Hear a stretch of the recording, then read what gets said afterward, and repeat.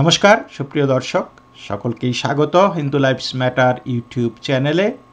আশা করি আপনারা পৃথিবীর যে প্রান্ত থেকেই দেখছেন সকলেই ভালো আছেন, সুস্থ আছেন। দর্শক, আমার এই চ্যানেলটি যারা দীর্ঘদিন ধরে দেখছেন, এখনও সাবস্ক্রাইব করেননি, ভিডিওগুলি ভালো লাগে তাহলে কাইন্ডলি চ্যানেলটি সাবস্ক্রাইব করে পাশে থাকবেন। দর্শক, আমরা গত 21শে নভেম্বর ডক্টর মোহাম্মদ ইউনূসের একটি ভাষণ শুনেছি। তিনি একটি বিবৃতি দিয়েছেন ক্ষুদ্র নৃগোষ্ঠীদের উদ্দেশ্যে। তিনি বলেছেন, বাংলাদেশ অসাম্প্রদায়িক সংস্কৃতির লীলাভূমিতে পরিণত হয়েছে। বৃহত্তর জনগোষ্ঠীর সাথে এদেশের ক্ষুদ্র নৃগোষ্ঠীর সৌহার্দ্য ও ভ্রাতৃত্বপূর্ণ সহ অবস্থানের ফলে বাংলাদেশ অসাম্প্রদায়িক সংস্কৃতির লীলাভূমিতে পরিণত হয়েছে। শুক্রবার ওয়ানগালা দিবস উপলক্ষে দেওয়া এক বাণীতে এই মন্তব্য করেন তিনি। প্রধান উপদেষ্টা বলেন, ঐতিহ্যবাহী ওয়ানগালা উদযাপন পরিষদের উদ্যোগে প্রতিবারের মতো এবারও গারো সম্প্রদায়ের মুখবন্ধ প্রকাশিত হতে যাচ্ছে জেনে আমি আনন্দিত। এই প্রকাশনার সাথে সংশ্লিষ্ট সকলকে আমি আন্তরিক অভিনন্দন ও শুভেচ্ছা জানাচ্ছি। তিনি আরও বলেন, বাংলাদেশে হাজার বছরের সাংস্কৃতিক ও নৃতাত্ত্বিক ঐতিহ্য রয়েছে। বৃহত্তর জনগোষ্ঠীর সাথে এদেশের ক্ষুদ্র নৃগোষ্ঠীর সৌহার্দ্য ও ভ্রাতৃত্বপূর্ণ সহ অবস্থানের ফলে বাংলাদেশ অসাম্প্রদায়িক সংস্কৃতির লীলাভূমিতে পরিণত হয়েছে। অন্যান্য জনগোষ্ঠীর সাথে তাল মিলিয়ে আমাদের গারো ভাই বোনেরা বিগত বছরগুলো থেকে বর্তমানে অনেকটাই এগিয়ে যাচ্ছে। গারো ভাষা, সংস্কৃতি, কৃষ্টি ও কালচারকে ভবিষ্যৎ প্রজন্মের কাছে তুলে ধরতে হবে। প্রধান উপদেষ্টা আরও বলেন, ছাত্র শ্রমিক জনতার গণ অভ্যুত্থানের মাধ্যমে অর্জিত নতুন বাংলাদেশের অন্তর্বর্তীকালীন সরকার জাতি, ধর্ম, বর্ণ নির্বিশেষে অসাম্প্রদায়িক বাংলাদেশ গড়তে বদ্ধপরিকর। আমি ওয়ানগালা অনুষ্ঠানের সার্বিক সাফল্য কামনা করছি। দর্শক, তার বক্তব্যের সাথে আপনারা কি একমত যে বাংলাদেশে জাতি, ধর্ম, বর্ণ নির্বিশেষে শান্তির সুবাতাস বইছে? এটাতে কি আপনি একমত? গত কয়েকদিন আগেই কিন্তু আমরা দেখেছি পার্বত্য চট্টগ্রাম উত্তপ্ত ছিল। আজকে যদি পার্বত্য জনগোষ্ঠীকে বলা হয় যে আপনারা কি বাংলাদেশের সাথে থাকতে চান নাকি আপনারা একটি আলাদা রাষ্ট্র চান, তাহলে জবাবটা কি হবে? আপনারা সেটা খুব এক বাক্যে বলে দেবেন। আমি সেটা বলতে চাচ্ছি না তারা কি জবাব দেবে, কিন্তু আপনারা জানেন তাদের জবাবটা কি হবে। তারা যদি এতই সুখে, সমৃদ্ধিতে, শান্তিতে, সম্প্রীতিতে থাকতো, তাহলে কিন্তু তারা এটা বলতো না যে বাঙালিরা পাহাড় ছেড়ে চলে যাও, এটা আমাদের জায়গা, এটা তোমাদের জায়গা না। ঠিক একইভাবে বাংলাদেশের সংখ্যালঘুদেরকে যদি বলা হয় যে তোমরা এই যে এত শান্তির সুবাতাস বইতেছে, তোমরা কি এই শান্তির সুবাতাস থেকে বেরিয়ে একটু অশান্তিতে থাকতে চাও, তাহলে সেটা কিন্তু সংখ্যালঘু সম্প্রদায় এক বাক্যে বলবে যে হ্যাঁ ভাই, তোমাদের সাথে আমাদের শান্তির দরকার নাই, আমরা অশান্তিতেই থাকি, নিজেরা থাকি, ভালো থাকি, এইটাই কিন্তু চাইবে। ডক্টর মোহাম্মদ ইউনূস তিনি বলেছেন, বাংলাদেশ অসাম্প্রদায়িক সংস্কৃতির লীলাভূমিতে পরিণত হয়েছে। আসুন আমরা দেখি সেই অসাম্প্রদায়িক সংস্কৃতির লীলাভূমিটা কি অবস্থায় আছে। দেখি তিনি কি সঠিক বলেছেন নাকি ঝুট বলেছেন। দেখি তার কথার সাথে কাজের মিল আছে কিনা।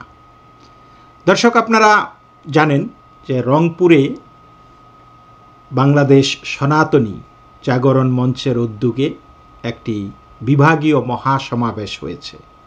এই মহাসমাবেশকে বানচাল করার জন্য সরকার, কর্তৃপক্ষ এবং তৌহিদি জনতার পক্ষ থেকে এমন কিছু নাই যা করা হয়নি। বাসে বাসে তল্লাশি হয়েছে, পুলিশ, মিলিটারি, আধা সামরিক বাহিনী, বিজিবি, র্যাব দিয়ে তল্লাশি হয়েছে।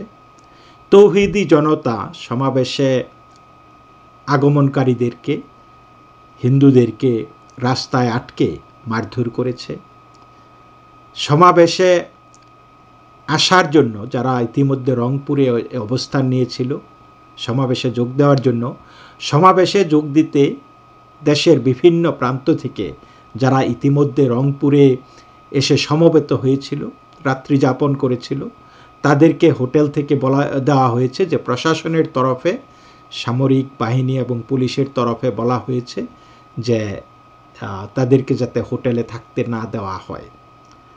তারপরে লাস্ট মোমেন্টে ভেন্যু পরিবর্তন করা হয়েছে এবং নতুন ভেন্যুতে সমাবেশ হয়েছে। মানে এই জিনিসগুলি আপনারা দেখেছেন যে যত ধরনের রোড ব্লক তৈরি করার তারা সেটা করেছে। অথচ এই সমাবেশটি শুধু ছিল হিন্দুদের সুরক্ষার জন্য 8টি দাবি নিয়ে। এখানে আলাদা রাষ্ট্র, এখানে ক্ষমতা, এখানে কোনো কিছুই চাওয়া হয়নি, জঙ্গিবাদের কথা বলা হয়নি, কিচ্ছু না। যেটা আমরা বিভিন্ন সমাবেশে, বিভিন্ন গোষ্ঠীর সমাবেশে আমরা দেখতে পাই, জঙ্গিবাদী স্লোগান দেয়, 1-2টা ইস্কন ধরো, দৈরা দৈরা জবাই করো, এই ধরনের কোনো নাশকতার কোনো পরিকল্পনা নাই। শুধুমাত্র নিজেদের অধিকারের দাবিতে 8 দফা দাবি নিয়ে সনাতনী সম্প্রদায় ঐক্যবদ্ধভাবে দেশের বিভিন্ন বিভাগে, প্রথমে চট্টগ্রাম, তারপরে ঢাকায়, এখন রংপুরে তারা সেই সমাবেশের আয়োজন করেছে এবং সেইখানে বাধা দিয়েছে এই ডক্টর মোহাম্মদ ইউনূস, শান্তিতে নোবেল পাওয়া অশান্তির প্রতিভূ। তাদের ভয় কি আমি জানি না, কি কারণে তারা সনাতনীদেরকে ভয় পায়, but this is what they did.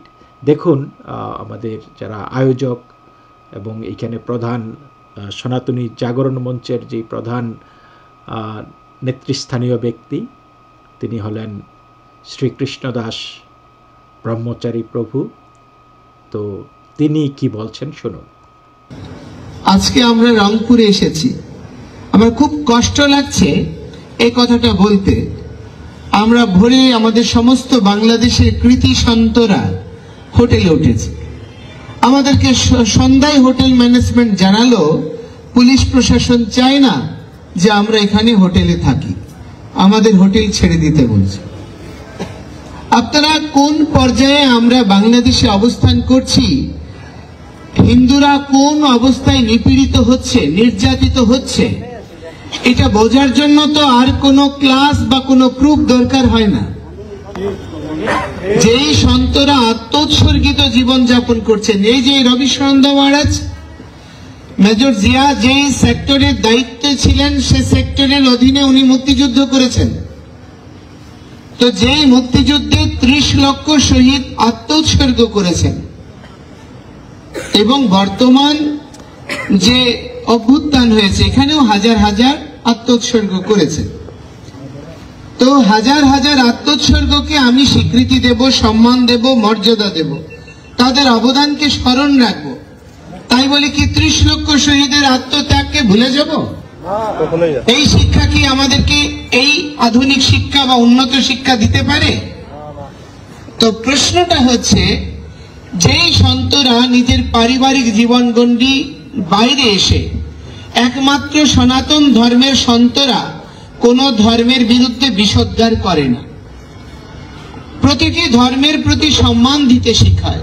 দেখেন রাস্তায় রাস্তায় ধরপাকড়, তল্লাশি, আক্রমণ, মারধর, জখম, এই দৃশ্যগুলি দেখুন যে কি করে সরকার বলতে পারে, ডক্টর মোহাম্মদ ইউনূস দাবি করতে পারে যে বাংলাদেশ সাম্প্রদায়িক সম্প্রীতির লীলাভূমি, যেখানে তার প্রশাসন, যেখানে তৌহিদি জনতা হিন্দুদেরকে শান্তিপূর্ণ সমাবেশে বাধা প্রদান করতেছে।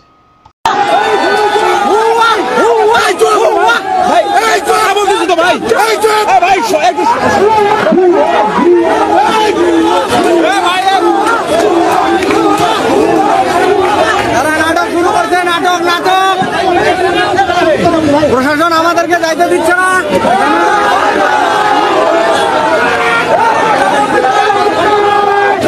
আমাদেরকে দায়িত্ব দিচ্ছে না।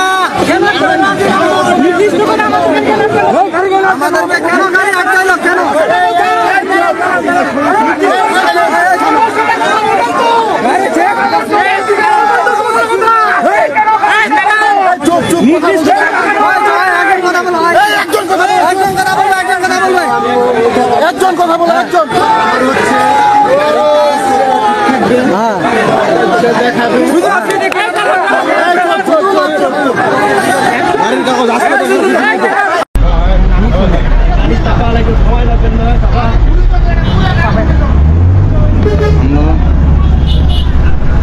আমরা এখন আছি কাউনিয়া বাস স্ট্যান্ডে। আমাদের সমাবেশে যেতে বাধা দিচ্ছে এবং কিছু মনে হচ্ছে জামাত ইসলামী আন্দোলন বাংলাদেশের কিছু কর্মী এসে বাধা দিচ্ছে বাস আটক করে। আপনারা দেখতে পাচ্ছেন আমাদের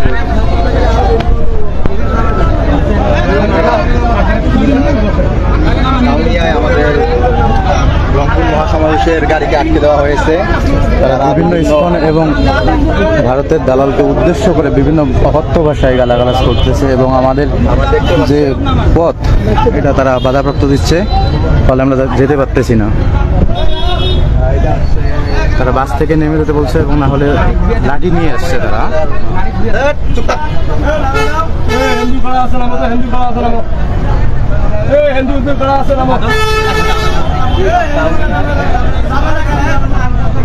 হিন্দুরা মহাসমাবেশ করবে, এইখানে দেখুন জঙ্গিরা লাঠিসোঁটা নিয়ে পাহারা দিচ্ছে, তারা বাধা দিচ্ছে।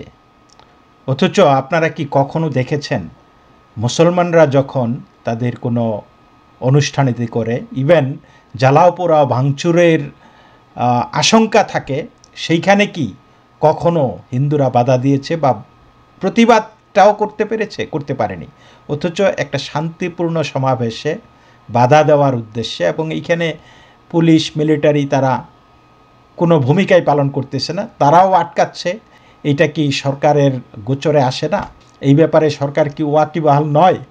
অবশ্যই ওয়াকিবহাল, তারা সবই জানে, জাস্ট তারা হিন্দুদেরকে সমান মর্যাদা দিতে আগ্রহী না, হিন্দুদের নিরাপত্তা নিশ্চিত করতে আগ্রহী না। একটা শান্তিপূর্ণ সমাবেশের অধিকার সবার আছে, বরং সরকার এটাকে ফেসিলিটেট করবে, তাদের নিরাপত্তা দেবে। সেটা না করে উল্টা সমাবেশকে কিভাবে বানচাল করা যায় সেই চেষ্টায় তারা লিপ্ত হয়েছে। হরে কৃষ্ণ, জয় শ্রীরাম। আমাদের আজকের রংপুর সমাবেশে পুলিশ আমাদের যেতে দিচ্ছে না। ফুলবাড়ি ধল্লা ব্রিজে আপনারা সবাই একটু দেখেন, পুলিশ আমাদের বাধা দিচ্ছে এখান থেকে রংপুরে যেতে। এটাই আমাদের স্বাধীন বাংলাদেশ।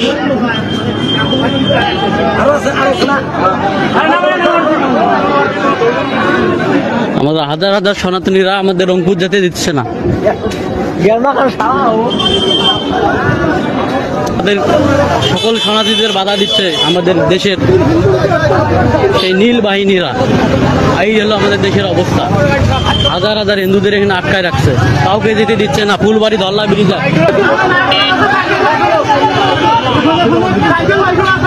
দেখেন এই যে ষণ্ডারা কিভাবে নিজের হাতে আইন তুলে নেয়। আজকে বাংলাদেশে কিভাবে মব ভায়োলেন্স চলতেছে আপনারা দেখেন। এই ষণ্ডারা হিন্দুদেরকে বাধা দিচ্ছে এই মহাসমাবেশে অংশ নিতে, এবং তাদেরকে আক্রমণ করেছে, তাদেরকে আহত করেছে, মারধর করেছে। ভাবুন, এই হলো স্বাধীন বাংলাদেশের চরিত্র।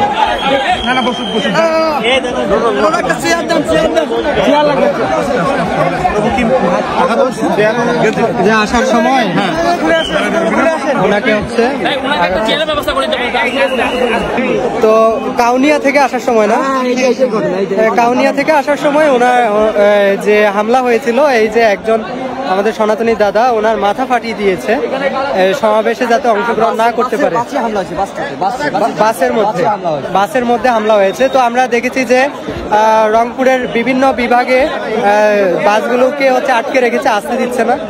তো হামলা করা হচ্ছে, একজনের মাথা ফাটিয়ে দিয়েছে, আরো কয়েকজনের ফাটিয়ে দিয়েছে। কিন্তু আমাদের এই আন্দোলনকে কেউ দমাতে পারবে না।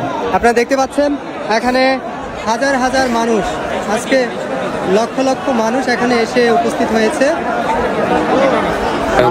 মাথায় কি কোবাইছে? বাড়ি মাছ ফাটে গেছে একদম, মাথায় ফেটে গেছে। 10টা সিলাইছে।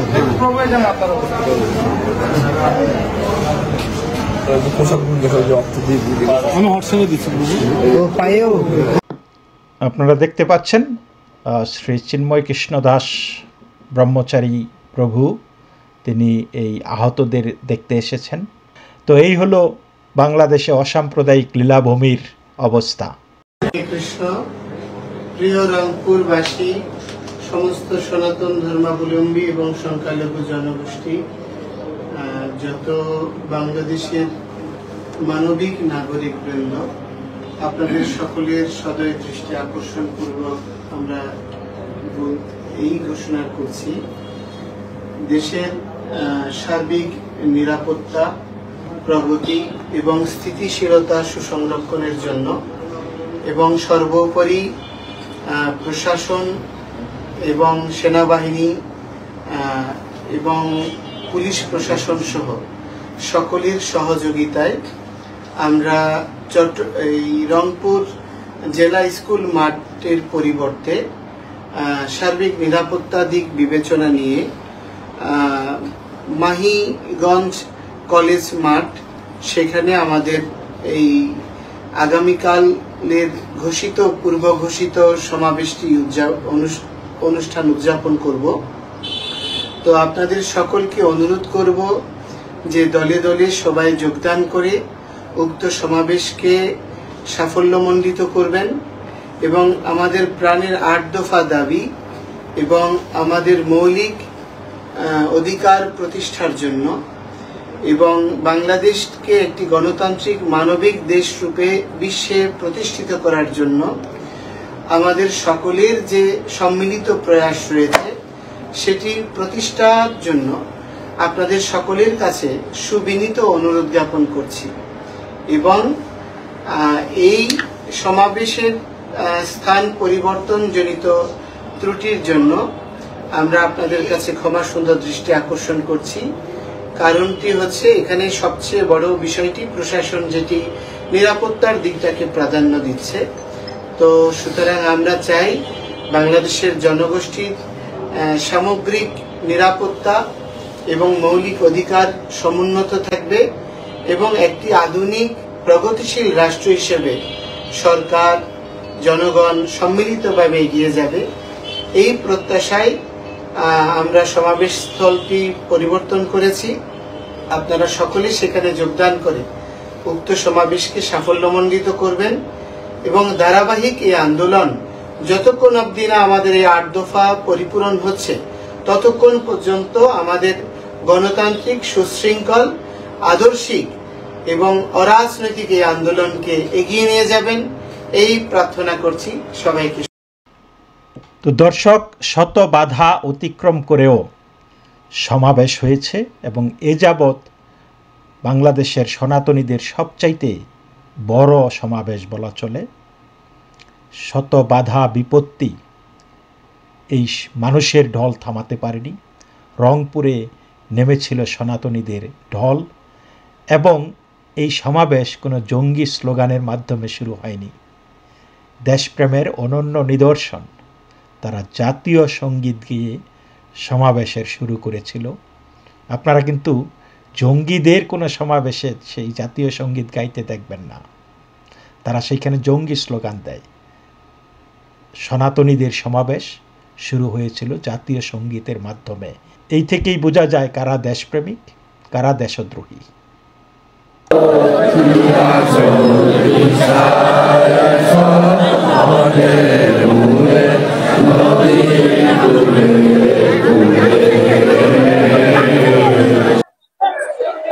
মাহিগঞ্জ কলেজ চত্বর প্রাঙ্গণে এবং পুরো অঞ্চলে 5 কিলোমিটার ধরে বিস্তৃত এরিয়াতে আগত উত্তরাঞ্চলের সমস্ত নিপীড়িত, নির্যাতিত, অবহেলিত সনাতনী সংখ্যালঘু জনগোষ্ঠী, আমি